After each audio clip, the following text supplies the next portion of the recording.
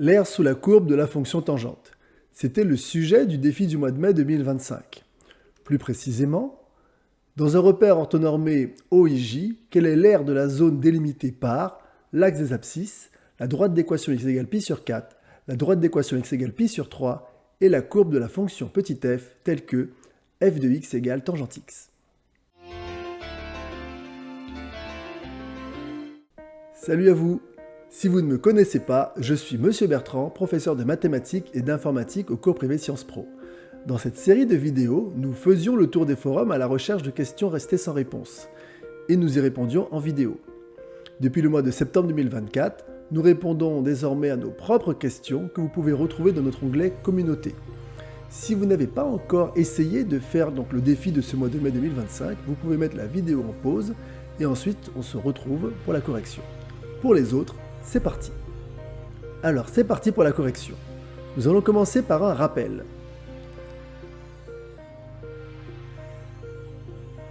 Hop. Dans un repère orthonormé, donc je rappelle c'est un repère dont les axes sont orthogonaux, ils forment un angle droit, et dont les unités, dont l'unité, on va dire, est la même, en abscisse et en ordonnée, voilà. Donc, le point I et le point J sont ici. Alors, on aurait pu aussi dire O vecteur OI, vecteur OJ, avec vecteur OI et vecteur OJ qui auraient été ce qu'on appelle les vecteurs unitaires, donc qui auraient la même norme, donc la même longueur. Bien.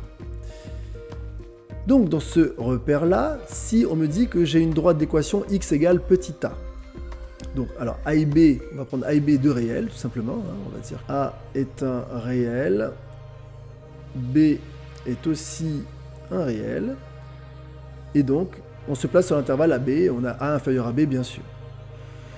Et donc si j'ai une droite d'équation x égale petit a, mettons qu'ici on est la droite d'équation x égale petit a, et qu'on ait aussi une droite d'équation x égale petit b.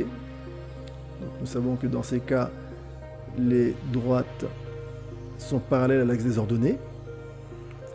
Eh bien, si en plus nous avons la courbe d'une fonction f qui est positive sur l'intervalle AB, f positive sur l'intervalle AB. Donc si on a ces conditions-là, alors on va faire une fonction f quelconque ici, voilà, avec la courbe de la fonction f. Eh bien, l'aire de la zone délimitée par l'axe des abscisses, la droite d'équation x égale a, la droite d'équation x égale b, et la courbe de la fonction, que je vais hachurer ici. Donc l'aire de cette zone-là, là que j'achure. Donc ma fonction est positive, elle est continue bien sûr, je le précise aussi. Positive et continue sur AB.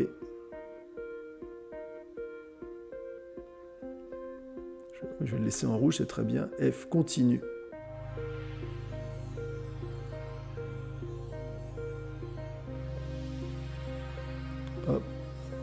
Sur AB, voilà. Donc, je disais, l'aire de cette zone est appelée l'intégrale. Alors, on va la noter. Intégrale de A, de A à B de f de x dx. Alors, le dx, en terminale, vous vous en occupez pas trop, on va dire que ici c'est une multiplication, c'est f de x fois dx, et que ça veut pour vous juste dire que x appartient à l'intervalle AB. Voilà. Pour un élève de terminale, on va simplifier les choses, on va dire que x appartient à l'intervalle AB, et puis on va dire aussi que x est la variable d'intégration. Bon, on expliquera en détail plus tard. Bien. Et on se rappelle que si grand F est une primitive de petit f sur AB.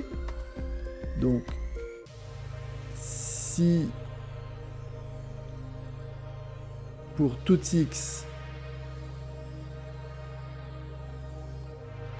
de l'intervalle AB, donc on a la dérivée de grand F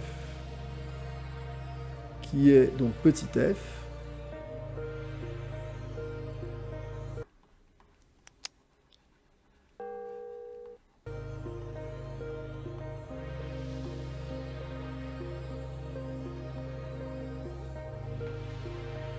Voilà, donc soit une fonction grand F telle que si pour tout x de AB, la dérivée de grand F est petit f, donc on dit que grand F est une primitive de petit f,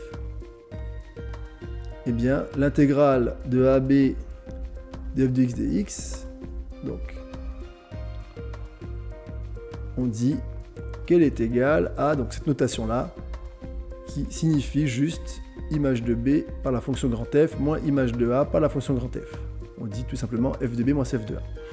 Voilà, donc ça c'était le rappel, et c'est exactement ce qu'on va faire nous ici dans cet exercice. D'accord? Après ce petit rappel rapide, sympathique, hop, on va juste chercher une primitive de la fonction tangente x, parce qu'on est exactement dans la même situation. On a notre petit a qui est pi sur 4, notre petit b qui est pi sur 3. Notre fonction tangente x, on la sait continue parce qu'on sait qu'elle est dérivable, elle est donc continue sur l'intervalle AB, et on sait que la fonction tangente est croissante aussi. D'accord? Elle est positive, bien sûr. Elle est continue et positive sur l'intervalle, donc pi sur 4, pi sur 3. Donc on va l'écrire dans notre exercice. F de x égale tangente x est continue et positive sur l'intervalle, je disais, pi sur 4, pi sur 3. Donc, eh bien, on peut trouver une primitive ici. Alors, bon, c'est pas une obligation bien sûr, hein, ici, il existe une primitive de grand F. On va le démontrer. Alors, on se rappelle que, hop, tangente x, si vous vous rappelez, c'est sinus x sur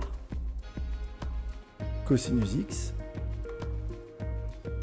Et nous savons que la dérivée de la fonction cosinus, alors cette notation, c'est pas la meilleure des notations, c'est juste, on va dire, pour gagner du temps. Mais n'écrivez pas ça en contrôle. Donc la dérivée de cosinus x, c'est moins sinus x. Donc, qu'est-ce qu'on constate? Que l'on a l'opposé de moins sinus x sur cosinus x. C'est-à-dire que notre fonction tangente x, c'est l'opposé de la dérivée de cosinus x sur cosinus x. Et si on pose que u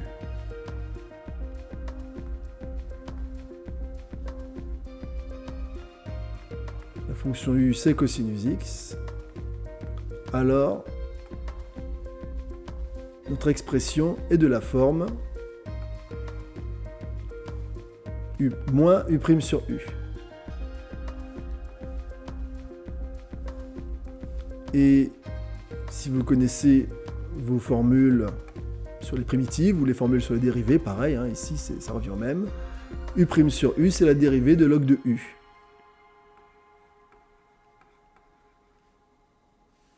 Alors, u' de x sur u de x, pardon. D'accord, la dérivée de log de u de x, c'est u' de x sur u de x. Donc s'il y a un moins, ici, ben, il y a un moins là aussi, hein, puisqu'on se rappelle que la dérivée de k fois u, c'est k fois la dérivée de u.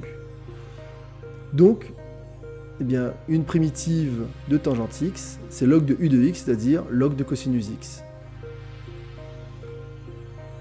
Donc, posons maintenant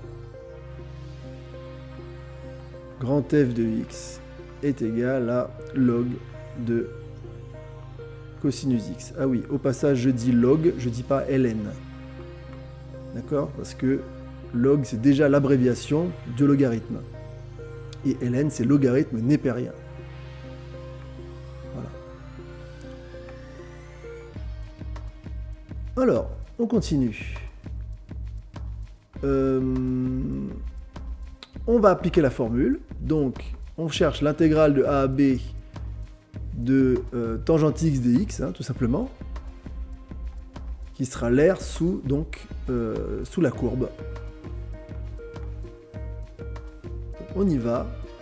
L'intégrale de pi sur 4 à pi sur 3 de tangente x dx sera donc log de cosinus x de pi sur 4 à pi sur 3, c'est-à-dire log de cosinus pi sur 3. Ah, j'ai oublié le moins, 2 petites secondes.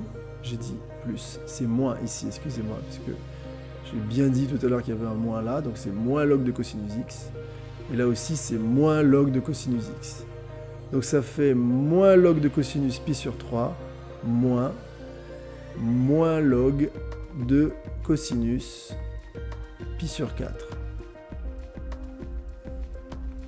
Ce qui va donner moins log de... Alors cosinus pi sur 3, nous savons que ça fait 1 demi. Moins par moins plus log de cosinus pi sur 4, nous savons que ça fait racine de 2 sur 2. Et on sait que log de a moins log de b fait log de a sur b. Donc ça fait log de racine de 2 sur 2 sur 1 demi. Et divisé par un nombre revient à multiplier par son inverse.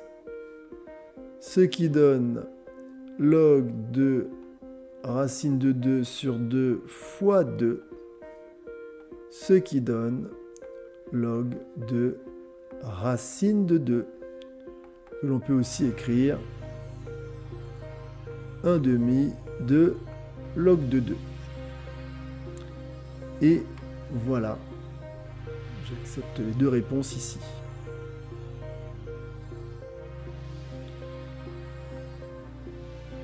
Hop là. J'espère que vous avez bien compris. Si cette vidéo vous a plu, eh bien, pensez à nous attribuer un pouce vers le haut. Si vous pensez qu'elle peut aider quelqu'un d'autre, par exemple qui prépare le bac cette année, eh bien, vous pouvez partager cette vidéo. Et puis, si vous voulez le défi du mois de juin 2025, il est déjà disponible dans notre onglet communauté. Et je vous dis donc à bientôt. Bye bye.